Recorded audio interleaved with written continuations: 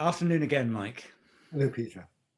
I feel that we are coming to the end of our mammoth set of talks that we've had, and we've covered so many different aspects of both your life and your work. And just to recap slightly, we started with your childhood, we went to your adolescence, we went to your American experience, your national service, we went to your training in America, we went to the work you did in England, the work you did in America, the setting up of shared experience. We've gone through all of that, and all of that was a sort of historical thing. But during all those talks, you were also telling us a lot about the kind of the way in which you worked and people that you work with. And then our second set of talks really sort of started to focus on the techniques that you used in the rehearsal room. And I'd like to find some way of us kind of bringing the whole thing round into a final circle in some ways. I mean, one of the things that I've always gossiped about to other people about you is your ludicrous thing of getting up at sort of 5:30 in the morning and doing an hour and a half of Pilates. I mean, does that still apply nowadays? Actually, I get up at four at 4 o'clock now.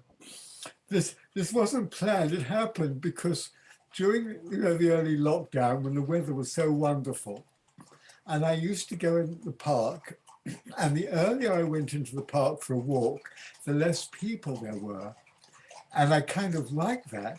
And so as the days got longer and the sun came up earlier, I thought, right, it's not difficult to get up when it's light and warm and so forth. So I started getting up around 4 and getting into the park just before the sun came up or when the sun was coming up. And I loved it. And I had the whole of Hyde Park to myself, almost always, maybe one odd runner, or someone who'd been sleeping rough in the park getting up. It was me and the birds and the squirrels. And the life of the birds was totally different with no people around. They were in different formations. I don't know, it was extraordinary. And it was glorious, and it softened the impact of being enclosed, locked down. Anyway, so I sort of kept it going, and I did think it would change in the winter, but it actually hasn't. And what I find is I love getting up early because I basically am a lark. I'm not an owl. I'm much happier. I'm much more focused in the morning. And as I've got older, um, the beginnings of the day are much, much better for me. And the end of the day, my energy doesn't sustain quite as long. So I still get up at 4 o'clock. And do you do your Pilates? I do Pilates. I don't do an hour and a half. Occasionally I will do an hour. I'll do 45 minutes. It depends how I feel. I'm not quite, I mean, until the gyms were closed down, I was still going to Pilates classes 3 times a week. And they started, one morning started at 6:30 and the other one started at 7. So I was always getting up early before I went. And the other why I like to get up early is because I've come over the last 5, 6, 7 years to love breakfast. It's almost my favorite meal. I'm trying to remember what I used to eat for breakfast. I think a lot of fruit and a quick coffee, and that was it. And I started eating porridge. I think it's because I went to Le Pain Quotidien one day with a friend, and the porridge looked nice. It had all sorts of things in it, and I ordered it, and it was heavenly. And I thought, I've got to do this. And I swear there hasn't been a day since when I don't have porridge. So I have very good, porridge, which I cook with soya milk and almond milk, and I sort of warm some soft fruit, a lot of berries, raspberries, strawberries, blackberries, blueberries, and half a banana and maybe some papaya, and then and a lot of fried seeds or roasted seeds that I've got a big box of, and it's heavenly. And then I have 2 of those enormous, big French bowls of coffee. Yeah. Is this something that delay your gratification in having. In other words, you will do your exercise. Yes, absolutely. And then, and this is, I think, one of the things I remember my older brother saying about people who kind of make a lot of their lives is that they are capable of delaying their gratification quite a lot of the time. Would you say that that applies to you in your life? That you, Yes, it can do. I do things and then I feel I'm entitled to a treat. You see, if I got up and had breakfast straight away, I'd feel guilty in a way. Yes, I'm a little obsessive like that, and that is a pattern. It's not a bad one, but it is, yeah. Oh, I must do that and do that before I deserve that. So delayed gratification, I suppose, is part of the structure. and your fitness, the fact that you are so fit. I mean, I remember when I assisted you, you were at that time you were going swimming every morning, probably about 6 o'clock, because we start rehearsal at 9. You know, and you'd come into rehearsal having done quite a few laps or something. I mean, this fitness thing has been with you all your life, or No, it hasn't. I was a very lazy, very non-physical child, strangely enough. I was terrible at games, had no coordination. I dreaded sports. And the school I went to, every afternoon there was a sports thing. And I was always the last person to be chosen for the soccer team or the cricket team. You know, it's somebody say, "Oh, okay, Alfred, you better come with us," I suppose. And I remember standing in goal, just longing for the ball to stay at the other end of the pitch for as long as possible. Oh, no, I wasn't good, and I was lazy. I used to curl up in a chair and read a book, and my father would bully me and say, "Come on, use your hands. The hands are there to do something else except feed yourself. Get out in the garden and help me do," because he was a keen gardener. And I no, so it was only at some point I realized it was good to keep physical. And there used to be a book called the Canadian Air Force Exercise Book, and I did take that and I do that. And then over a period of time, I discovered Pilates 20 years ago, in fact, when I was in my late 60s. And that for me was a revelation, and I've stuck with that ever since. but also, through our talks, you've also expressed immense admiration for your movement people who have come to work, Sue Lefton, and I don't know other people that you've talked about, and presumably. I'm right in thinking that quite often you would have joined in on all those exercises and taken a great deal of pleasure out of kind of using your body, because as a director, you tend to be very static, don't you? You're not running around all over the place like the actors are. I used to stand at the back of the company and do a lot of exercises. Because I wanted to understand what they were doing, and also it was good for me, and to say I'm part of this too. I tried to keep fairly low profile, and I couldn't move nearly as well as the actors, of course, in many ways, because they were younger and fitter. But I did do, and I've always been attracted to movement. You see, I've always loved dance, particularly modern dance.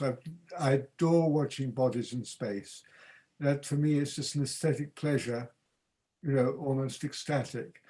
And I've loved working with movement teachers because they know so much, not just about the body, but they can read the characters, the personalities of actors through their bodies. Mm. Look at his shoulders. You can tell he's a stubborn bucker or something, and they're dead right. Amazing. Like witches, mainly. So, and I've always been attracted to very heightened movement on stage, right from, I can't remember when. There was something wonderful, and particularly watching sort of Central and Eastern European actors who are very big, doing farces and things, and doing extraordinary things with their bodies, and still being truthful. I just loved all that. And I did much less love the sort of rather tight-assed English, Shakespeare, which always bored me. I mean, most of my life, Shakespeare's bored me, watching productions. Yeah. Because there's no life given to the body. There's no world. There's no, most of the time. So, yes, so the body is all, and of course, as I've discovered more and more, my instinct about movement has been very good, because I was attracted to Laban way back in the 60s when I chanced upon a workshop and thought, oh yes, this makes sense. And I've pursued that, and I can see now that the body is ultimately important, of the utmost importance. And if the actors are not in touch with their bodies, they can't act. I don't mean just do warm-ups and be very, can stretch the muscles and they're, limber. I mean to really be in touch with your body. So you're inhabiting your body, and it's part, and that's why I think so much acting is mediocre or passable. Because the actors are mainly working from their head and they're not in their bodies. Okay, now anyway, so that's me doing Pilates. But that's also you kind of not going gentle into that good night. I mean, most people are given a 65, they're given the gold watch, and that's it, and they've done their life's work, and then they're at the golf course, or hopefully they're on a cruise, or they're having a good time, or whatever. I mean, your whole life has been dedicated to theatre. Yes, well, I think that's my personality. It's quite obsessive, and I hooked onto it, and it's what gives me identity, actually. Here I am, without family. I have no siblings. I have no children. I've got a couple of cousins who are sort of my age around somewhere, but the theatre has really been my life. It's given me meaning. And when I sort of started not to get so much work, well, I've never been offered much work. Most of the time I've had to create my own, and thinking, well, you're not going to work quite so much. There were days way before COVID when I thought I could shoot myself. What am I doing at home? I can't. Oh, you have this vision that when you get older, you'll read all the books you never read, and you'll go and sit in the park and watch the birds, and and it'll all be very pleasurable. For me, you start the day thinking, oh, I've got a free day to myself, how lovely. And around about 2 o'clock, I just feel depressed and awful. So for me, Zoom has been a saving grace. I cannot tell you. The stuff with you, Peter, has been part of that as well, because it's trying to keep me alert. No, because that's me. And I am trying to talk myself through to the time when, if please God, I live that long, when I won't be able to do much work, that I, will find some sort of surrogate way of living which is reasonably satisfying, and I realize that's going to be difficult, and of course my powers are waning, my energy doesn't last so long. My vocabulary is shrinking. There's all sorts of things that are going on. My concentration isn't as good as it was. I still do a lot of work and a huge amount of preparation, but I spread it a little bit, and I do give myself breaks. But on the other hand, when I was rehearsing or getting ready to rehearse and doing workshops before the COVID, I would get up at 4 o'clock or 5 o'clock then, I guess, do my exercising, get on an early tube before the rush hour, find a good coffee shop like a Pret or something, sit there and have my long breakfast. And of course, what I do in my long breakfast, I've started to do cryptic. So for me, it's a great pleasure to be there for an hour eating breakfast and doing and it's a lovely, relaxing way of starting the day. And so I have, rather than arriving in rehearsal at the last minute, I get there as, how early does this Pret branch open? Oh, great, I'll get there by 6:30. That means I've got 2.5 hours, wonderful. And I'll sit there and I'll have their very nice porridge, not like mine, and, and coffee, and I'll do the cryptic and I'll do the code word. And then I get into rehearsal room and I feel very ready and, ready to do my work. So that's become quite a pattern. And I get quite irritated now if I have to rush breakfast. I get quite anxious, and I have to be careful because particularly with COVID, I start to get into routines. And then you get comfortable with the routines and you've got to break it a little bit. So, Yes. So, yeah, I mean, luckily, intellectually, I feel my mind is good.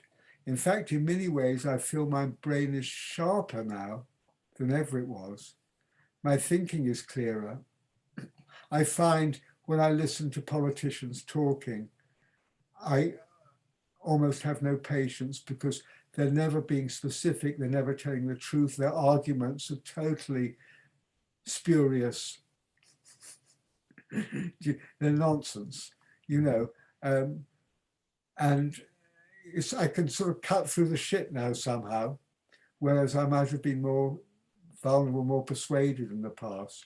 I've also become more balanced in my views. I have very strong views about things, obviously, but I sort of, I guess it's this thing, I've talked so much about empathy and actors having empathy, and I was just thinking yourself, you know, try to understand what it's like to be somebody you don't particularly like.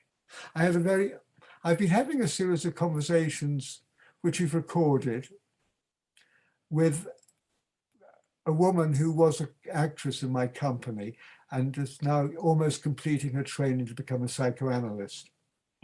And there are amazing connections between the two things. And I can understand why I know quite a lot of women who've left acting to become very successful therapists or analysts. And she was talking about her relationship to her patients. You know, they lie on couches and so forth. And I said, do you have to keep this cool, detached? Well, she said, no, no, no. No, what you have to do is to absolutely empathize, even if you personally don't particularly like that person. You've got to empathize with them, understand how they feel, what they think, and how they feel. You've almost got to feel what they're feeling without losing your identity or control. And I thought that's exactly what an actor has to do. You have to feel what the character's feeling, but it's not you. So you're doing something with your emotional life constructively. So that's been very, very interesting, you know, understanding that. You know, Yeah, go ahead. I was going to ask. I've got two questions. I'm going to ask in one in each turn. Has being Jewish ever had a beneficial or a bad effect on you as a human being, or you and your career, or both? This is a very difficult thing for me to answer because I don't quite know honestly at what level it did. Look, I knew I was Jewish. It meant nothing because my parents were non-practicing. My mother's parents were sort of very much conventional, sort of conforming Jews. They paid respect to all the holidays. They kept, you know, kosher food and so forth. You know, a sort of superstitious general thing, you know, Friday nights, and you didn't travel. We never did any of that, except when my grandmother came to stay. Then we had to pretend all the dishes were either for milk or for meat and things like that. And no, but we did go. I did get taken to synagogue, to shul, on, I think, Yom Kippur or the New Year. And I found it sort of repulsive somehow. There were all these older men in shabby, they looked like these shabby blue suits with old hats on, and these praying sort of shawls, you know, taluses that they wear, which came out of, and everything sort of felt dusty and seedy. You know, they probably weren't, but there was something seedy about the whole thing. And of course, it was conducted in a language I didn't understand. I was bar mitzvahed because that was the thing you did. You know, my parents didn't ignore their Jewishness, but they, you know, they did pay lip service to it and whatever was acceptable. And most of their friends were Jewish, in fact, with very few exceptions. So, and of course, at that time, you know, I was born in the 1930s, and there was a lot of anti-Semitism around, but it took the form of terrible patronizing snobbery. So people would say, oh, you're Jewish, how interesting. You know, and maybe at some point it made me feel a little bit persona non grata because I was a very shy child. I didn't have a lot of self-confidence at all. I hated to answer the telephone, you know, and it might have had at some subliminal level the fact that I was Jewish. I don't know, because most of the time I didn't care. I didn't think about it, didn't mean anything to me. I knew nothing about Jewish history. I knew practically nothing about Israel. And I remember when I had my bar mitzvah, I was 13. And I think that was in 1947, when the British left Palestine and the Israelis, and then the war was, the Palestinian conflict was released. And I remember after I'd done my little piece in Hebrew, which I didn't understand what it was, I think it was a recipe for Leviticus or Deuteronomy or something, half a hin of oil and half a thing, I don't know what it meant, but I have the rhythm. And then he sort of gave me a sermon, and he had this awful beard and there was dribble running down the beard. I always remember this. And he was saying, you must go out to Palestine and fight, and I was hardly hearing anything. And that's, my mother said, that's terrible. How dare he say that to you? Anyway, so quite by chance, so it was there, yeah? And when I went to America, Jewish life and culture was much more assimilated. There were lots of Jewish, restaurants. Everybody ate bagels and salt beef and, pickled cucumbers, and that was much more open. And used slang, and there was a whole world of New York Jewish people. People who talk like that to you, and discussed, and so it became more acceptable. But there were also, I was living in Los Angeles, there were clubs which didn't allow Jews in. There were country clubs where Jews were excluded. And so the Jewish community set up their own equally posh club, Hillcrest, I think it was called. And, but it wasn't overt in the way that racism was in the Black community. No, I mean, nothing like that. And on the outside, I never felt a victim of it, but maybe inside there was something. I don't know, because I often wonder, why was I quite such a shy person? My mother was a very confident, determined woman. I think she had to push herself, she said, and I think she wanted me to be like that. And so I think she probably pushed me more than I was willing to go. So, and then of course, a very strange thing happened. I was working in Israel, and I was teaching at Laban, and they always had one or two Israeli students taking the main course. And there was a very lovely young woman called Leora Rivlin, who was there, and she was married to a director-actor called Oded Kotler, and he was running at that time the most successful fringe theatre in Tel Aviv. It was and he was on a sabbatical with her, and he came to see all the work, and he said, oh, you must come to Israel and do some work for me. So I went to Israel. I did a production, it's Gogol's Marriage, which I love. It got lovely reviews. I worked with very starry actors there. I used all my techniques in the Laban, and it was very successful. Then he got a very big theatre. He moved out of his own fringe company to run the big civic theatre in Haifa, and asked me to go and do a show for them. They hadn't been doing very well. And he said, why don't you do Edward Bond's Road to the Deep North? And now, Mike, I'm going to interrupt you, because you've talked a lot about that. Good. So to cut a long story short, I didn't do that. I did another play, which was a huge success, so successful. And I got offers of work, which I was not getting in England. So I found myself perforce going to Israel, but not because it was Jewish, but because that was where the work was. I think my always goal was, where can I do the work I want to do? Now, as I was going to Israel, I thought, well, maybe you'll discover your Jewishness there. Maybe something will trigger it. And it was rather wonderful in a way to think everybody in the street is Jewish. And of course, they didn't look like the English stereotypes. You know, they were blonde, they were blue-eyed, they had red hair, they were short, they were tall, they were fat, they were thin.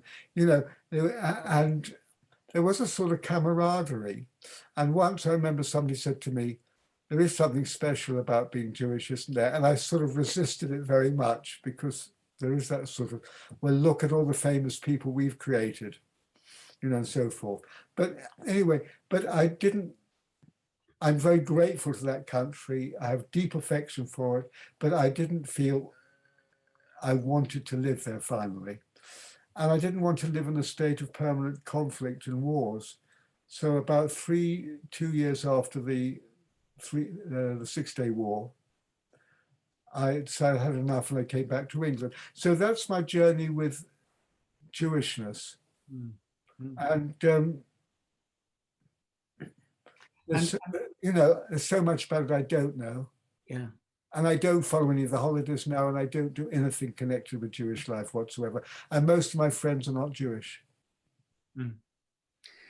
And I mean, one of the things that I'm, you know, we've talked about over the years is you know, this sort of desire that you have, and I share, you know, not to be seen as a sort of, you know, I'm an English person, or I'm this, or I'm that. You know, that actually one has a more of an international perspective on the world, and that one is able to be flexible enough to go to different cultures and be respectful of those different cultures and recognize that they're different from yours necessarily, but not to reject them, or not to see yourself as necessarily superior to them, which is, I think, for an English or British person is a big journey to make, you know, given the fact that we've had this massive empire and we feel, and everybody speaks English, yeah.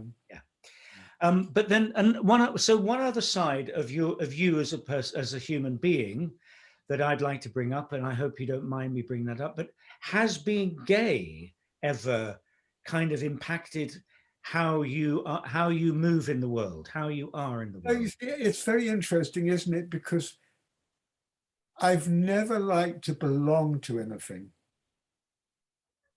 I don't like groups of people. I don't like groups of actors together professionally. Do you know what I mean? Socially, I find it all becomes very ingrown and precious and empty. No, yes, I mixed with gay people. I suppose a lot of my friends were gay when I was young, and some still are. And there's a sort of camaraderie there. But it hasn't dominated my life. I haven't wanted.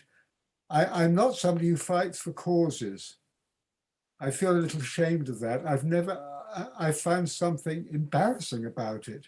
People going around and waving things, banners. But then on the other hand, some people have been very brave and achieved things. Like, oh God, what's the name? Peter Hatchel. Tatchell. I mean, I admire him, his bravery. I am in awe of it. Absolutely. I do admire him. I think, my God, I wouldn't have dared to have the courage that he had. And I admire all those people in Gay Sweatshop who stood up. You know, I've never announced I'm gay, but I am, and I don't hide it, and it's just there. You know, it's only part of me. Being Jewish is part of me. It's, you know, I'm a mixture. And when you go back to the earlier question you asked about, you know, not identifying yourself with one nation. I don't know where this came from. It's very difficult to understand because I never had these sort of discussions with my parents, neither of whom were at all intellectual. I always felt somehow I was a citizen of the world. I don't know where it came from. And when I was doing my national service in Singapore, I thought, wouldn't it be wonderful? I'm halfway around the world. If I could come back to England the other way, get demobbed in Singapore and make my own way back.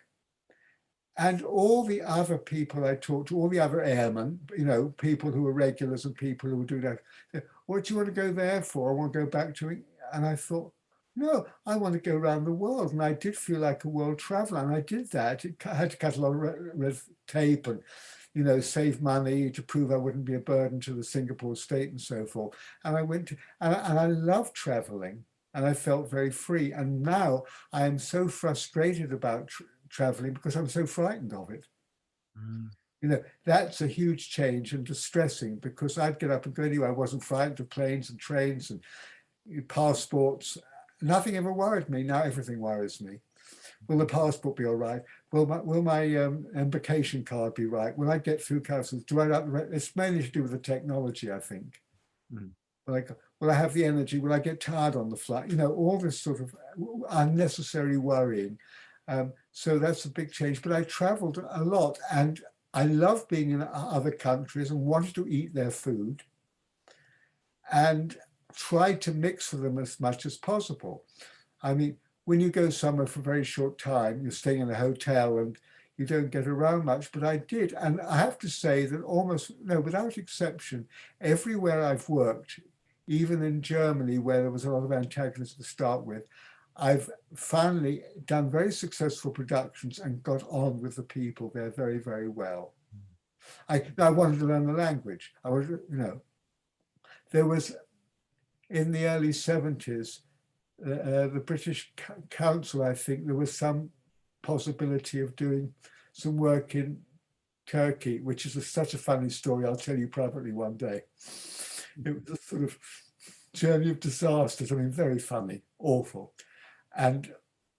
And even just to go to meet the theatre and just see the possibility, I got a Turkish grammar book and I started to learn. So I could, and the woman who met me from the British Council said, oh, you sort of, oh, you know a bit of Turkish. And I didn't. It's just that I loved that idea, you know, that we are a mixture and we are all human beings, you know. So, and that's been very blessing, you know, blessing. And also, I don't love exclusively English literature.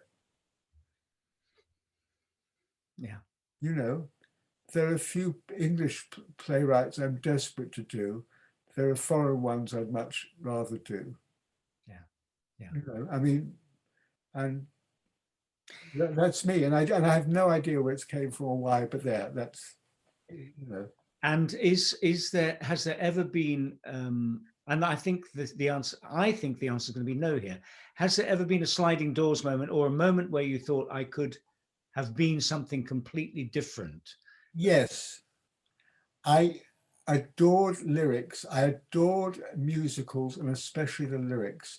You know, and I'm thinking back to the heyday of, you know, the golden age. It's the Gershwins, the Cole Porters, the Irving Berlins, the Rodgers and Hart, the Rodgers and Hammerstein. You know, and the language of those, and Sondheim. You know, and now when I listen to prop lyrics, I just cringe at the pretentious emptiness, the meaningless rubbish. I've never the last, I think it wasn't a single, but the last David Bowie album, and there was something about going back to Berlin. It was so boring, and the lyric was so, and I thought, why are people getting it? Oh, it's David Bowie. And I thought, it is so deeply boring and uninteresting and self-indulgent. Anyway, no, so I love lyric writing. And while I was at Lambda, I told you this, there was a very talented man called Ashley Bowles, who sadly died too young of AIDS. And we wrote 2 musicals for the graduating classes.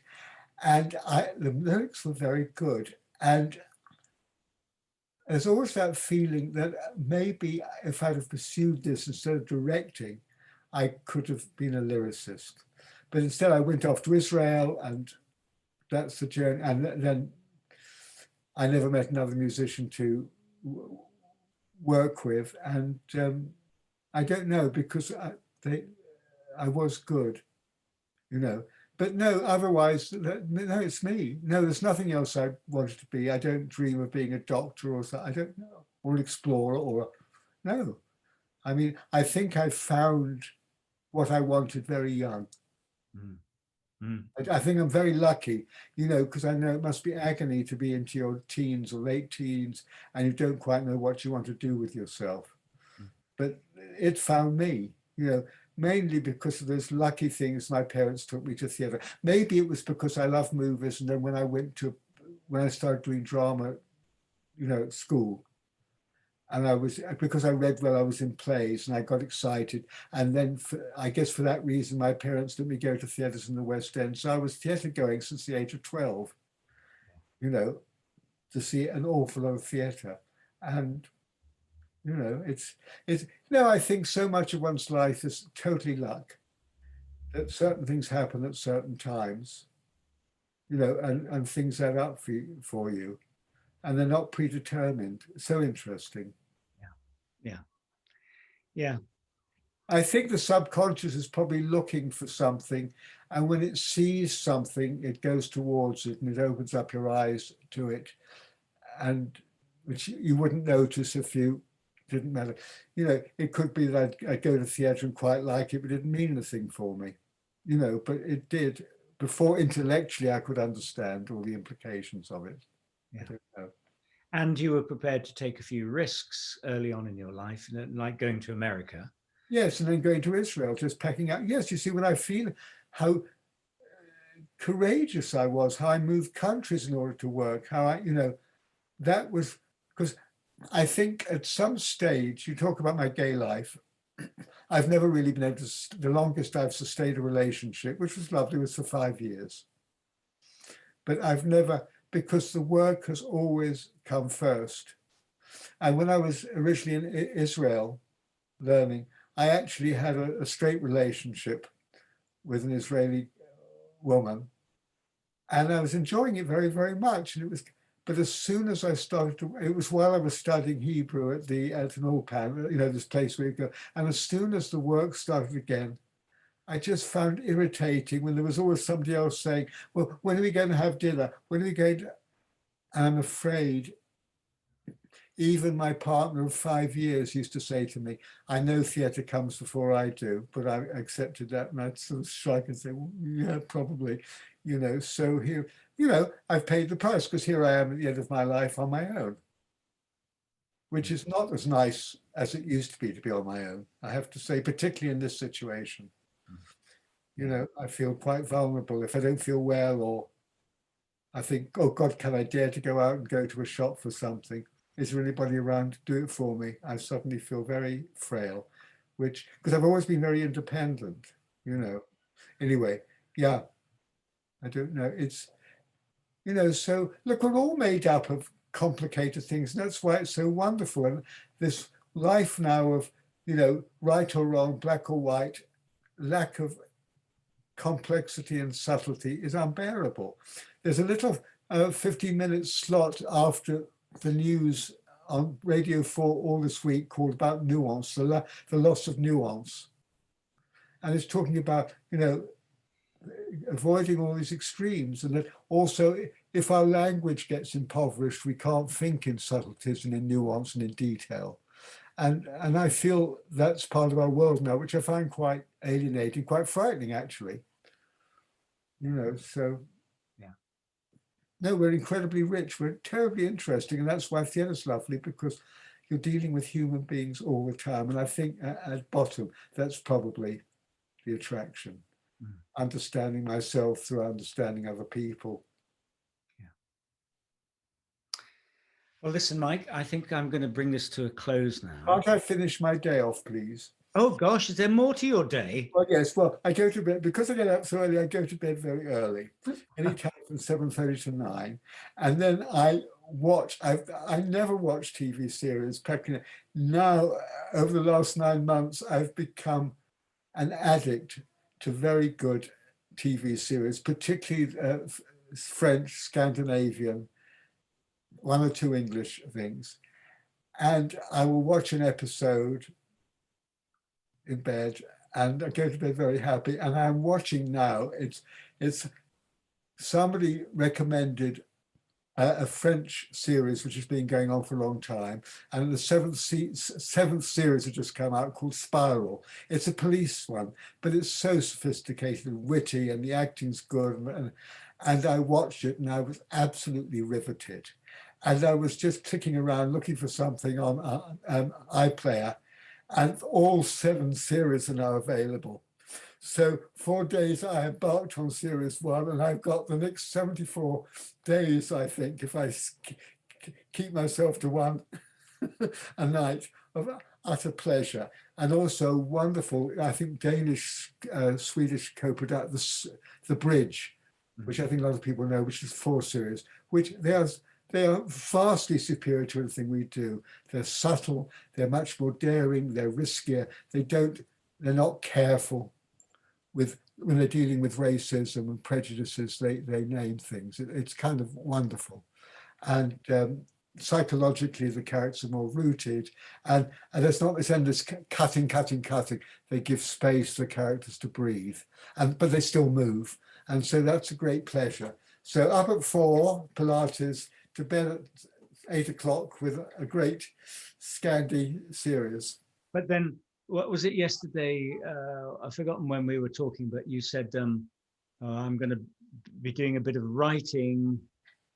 So are you actually still? Yes, I am, and actually, because my classes dropped off over December and they won't start again till mid-January, I've been making lots and lots of notes, because a lot of things I've been telling you about thinking about acting very profoundly, I have started seriously to map out and start writing another book. It's going to take forever, and I hope I have the stamina and confidence to go on with it, because I think it deals with acting at a level which most actors don't really think about, or think about very superficially. You know, what it means to be an actor, what you have to, how you have to use yourself, what you have to use of yourself. I mean, to be a good actor, you know. And so I'm writing on that, or trying to. And I've also got little projects scattered around, like this project with you, you know, little things that might happen in the future, who knows. And so I do have enough to keep me occupied during the day. Yeah. So, you know, so I'll get up, do my Pilates, have breakfast, go for a walk in the park, come back, sit down, do some writing, have a very light lunch, maybe try to read something in the afternoon, do a bit more work, have a very nice early dinner, which is also a pleasure, go to bed, watch it. Ma vie, this is my life. And that's it. Oh, Michael, thank you so much. Thank you. It's been, I think this is almost certainly our last conversation of this nature. So I just want to say it's been an immense pleasure to. And for me, and I'm full of gratitude that you've taken the time. Yes, part of such sweet sorrow. Anyway, we will. We'll talk. Yes. Anyway. All right. Take care. Bye. Bye. Thank you for watching, and I hope you enjoyed that chat. And if you did, would you press the like button, and also the subscribe button? That would be great. And if you wanted to be given alerts to when the next one is happening, just press the bell button. If you want to put any comments or any questions underneath here, underneath the video, please do. And at some point I will re-interview Mike, as it were, and put some of these questions to him. So I look forward to seeing you again soon. Thank you.